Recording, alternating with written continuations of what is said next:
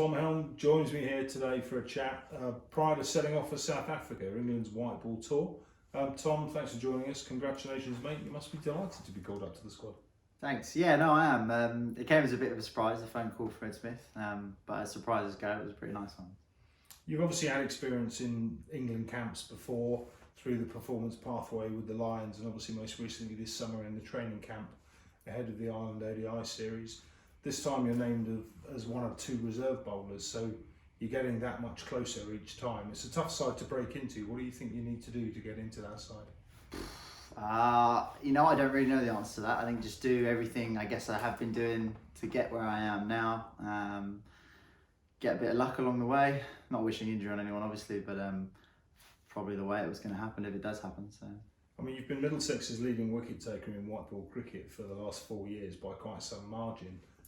Consistency and what you're doing must stand you in good stead. You just must have to back yourself. I guess so, yeah, and it's something I've been trying to tell myself that, the reason I got this phone call is because of the stuff I've been doing, and if that's the stuff they like, then just try and do more of that. Absolutely. So yeah, it seems pretty simple. How important are some of the specialist skills you've developed in that process? I mean, you've carved out a bit of a reputation of being Middlesex's go-to man at the death overs now. You bowl a wicked slower delivery, which has saved us and won us many a game in the final overs.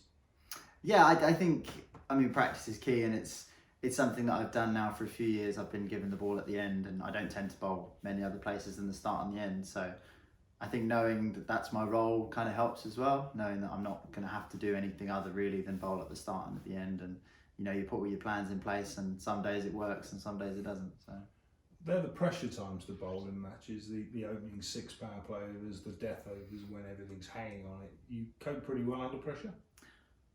I'd like to think so, yeah. I think the games I've done really well in, they've almost been the pressured off situations. So I've either defended a really low total and it was sort of a win-win, because if the first ball went for 6, everyone's like, you're never going to defend 5 or whatever it was. And then if they miss a couple, and then towards the end of the over when you sort of done all the hard work to give yourself the chance to win it, and then I start feeling a bit of pressure at the end. Say if I've defended 5 or 6 off the first 4, and then you think, okay, well now I should defend this, whereas at the start it wasn't mine to defend really, it was theirs to lose, and I've come out on the right side a few times. Absolutely. Looking ahead to the forthcoming tour, we're here at Radlett. The nights are drawing in. It's a bit of a chilly day out there today. It's a bit drizzly. Monday you're flying off to South Africa.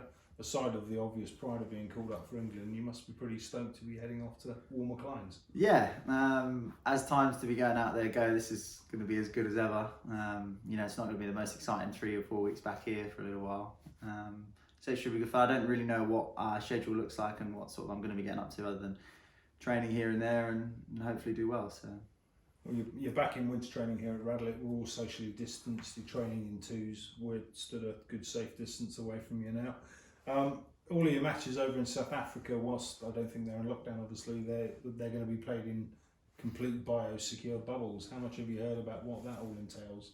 I did get, like you said, I did a little bit down of it in Southampton earlier on in the summer, and it wasn't too dissimilar to the sort of stuff with the protocols that we're all adhering to here, but it's a little bit more relaxed in the sense that because you're all in the same situation and position, then I don't think the rules are any more lax, but it feels a little bit more relaxed and sort of keeping you 2 meters and being really stringent about it.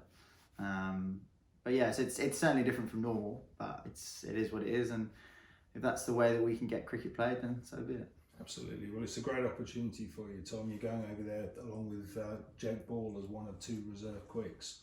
What do you think you need to do to get yourself ahead of Jake in the pecking order, falling short of nobbling him in training? Just be consistent, I guess. Train hard. Continue to do what I've been doing, and like I said earlier, get a bit lucky along the way, and you just never know what might happen. Well, good luck. Finishing up on a couple of Middlesex issues, you're obviously now an established member of the Middlesex side, yet you're still only a sprightly 26 yourself. How pleasing is it for you as someone that is established in that side to see so many youngsters come through like you do into the side and prosper this year? It's great, yeah. It was so much fun playing this year ever since being in the club when I was 18, 19 and playing the odd time. I was terrified, and I felt like there were so many big cheeses in the dressing room, and I certainly don't feel like I'm one of them now, but I don't feel as though that atmosphere's there anymore. I don't feel like the guys coming in are startled by when they see people and everything. And I feel like the atmosphere we have as a squad is brilliant. And I think, I'm not just saying this, I think everyone has a great time when they play, and it's a fun thing to be part of. I think that's an important point. I mean, I've watched on all the games from the sidelines and I've been around training. It seems like the mood and morale in the camp is outstanding and as good as I've ever seen it. How much of that's down to Stuart and Nick Poffers, the current coaching team? Yeah, they're great. Everyone's got great relationships, not just with players, but amongst themselves, with coaches as well. And they're intense and switched on at the right times. And then when there's time to step back and try and get away from the game, in the game, if that makes sense, then they encourage that as well. So they've been great. Good stuff. Well, Tom, look, thanks as always for your time. All the very best of luck out there. I really hope you get some action without nobbling Jake. And good luck. I hope it goes well. Enjoy it. Thanks very much.